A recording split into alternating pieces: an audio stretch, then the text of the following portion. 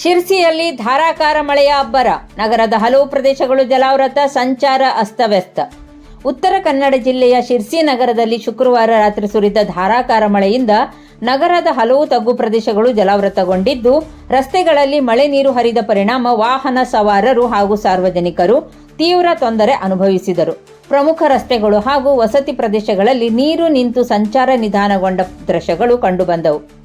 ನಗರದ ಕೆಲವು ಭಾಗಗಳಲ್ಲಿ ಚರಂಡಿಗಳು ಉಕ್ಕಿ ಹರಿದ ಪರಿಣಾಮ ಮಳೆ ನೀರು ರಸ್ತೆಗಳ ಮೇಲೆಯೇ ಹರಿದು ಬಂದಿದ್ದು, ತಗ್ಗು ಪ್ರದೇಶಗಳ ಮನೆಗಳ ಸುತ್ತಮುತ್ತ ನೀರು ನಿಂತಿದೆ. ಮಳೆಯಿಂದಾಗಿ ಬೆಳಿಗ್ಗೆ ಕೆಲಸಕ್ಕೆ ತೆರಳುವವರು, ವಿದ್ಯಾರ್ಥಿಗಳು ಹಾಗೂ ವ್ಯಾಪಾರಿಗಳಿಗೆ ಸಂಚಾರದಲ್ಲಿ ಅಡಚಣೆ ಉಂಟಾಯಿತು.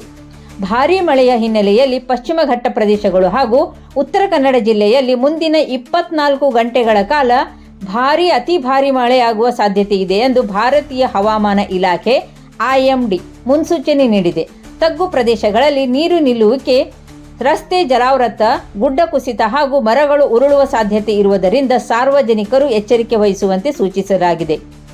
ಮಳೆಯ ತೀವ್ರತೆ ಮುಂದುವರಿದರೆ ಇನ್ನಷ್ಟು ಪ್ರದೇಶಗಳಲ್ಲಿ ನೀರು ನಿಲ್ಲುವ ಸಾಧ್ಯತೆ ಇರುವುದರಿಂದ ಅಗತ್ಯವಿಲ್ಲದ ಪ್ರಯಾಣವನ್ನು ತಪ್ಪಿಸಿ ಹವಾಮಾನ ಇಲಾಖೆ ಹಾಗೂ ಜಿಲ್ಲಾಡಳಿತದ ಸೂಚನೆಗಳನ್ನು ಪಾಲಿಸುವಂತೆ ಅಧಿಕಾರಿಗಳು ಮನವಿ ಮಾಡಿದ್ದಾರೆ.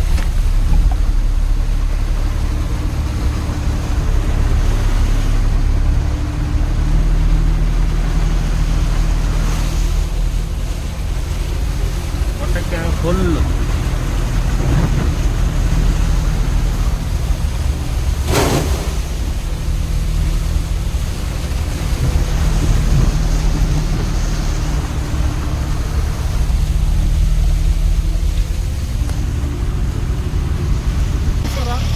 ನಿನ್ನೆ ರಾತ್ರಿಯಿಂದ ಬೀಳ್ತಾ ಇರೋ ಮಳೆಗೆ ಪೂರ್ತಿ ಮೇಲ್ಗಡೆಯಿಂದ ಕೊಳಚೆಗಳು, ಅಂದರೆ ಇಲ್ಲಿ ದೇವನೀರ ಭಾಗದಲ್ಲಿದೆ, ಮೇಲ್ಗಡೆಯಿಂದ ಕೊಳಚೆ ನೀರು ಸೀದಾ ಹರ್ಕೊಂಡು ಗಡ್ರ ಬ್ಲಾಕ್ ಆಗಿ ಪೂರ್ತಿ ಇಲ್ಲಿ ಕೆಲ ಪ್ರದೇಶದಲ್ಲಿರೋ 10 ಮನೆಗಳ ಒಳಗೆ ನೀರು ಹೋಗಿದೆ.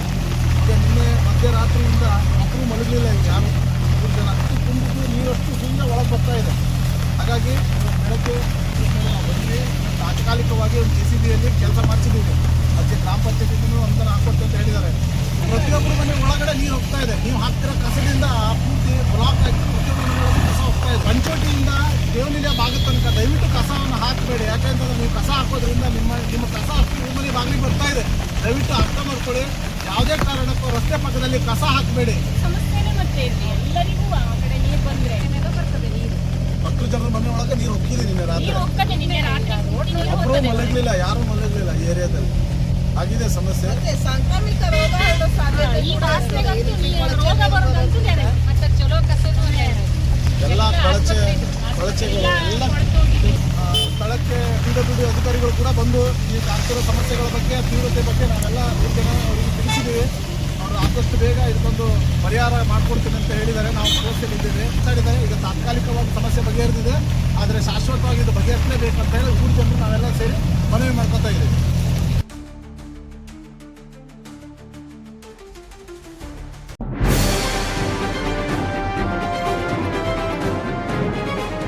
ಇದು ಖಾಲಿ ಡಿಜಿಟಲ್ ವಾಹಿನಿ, ಸತ್ಯ ಮತ್ತು ಸ್ಪಷ್ಟ ಸುದ್ದಿ.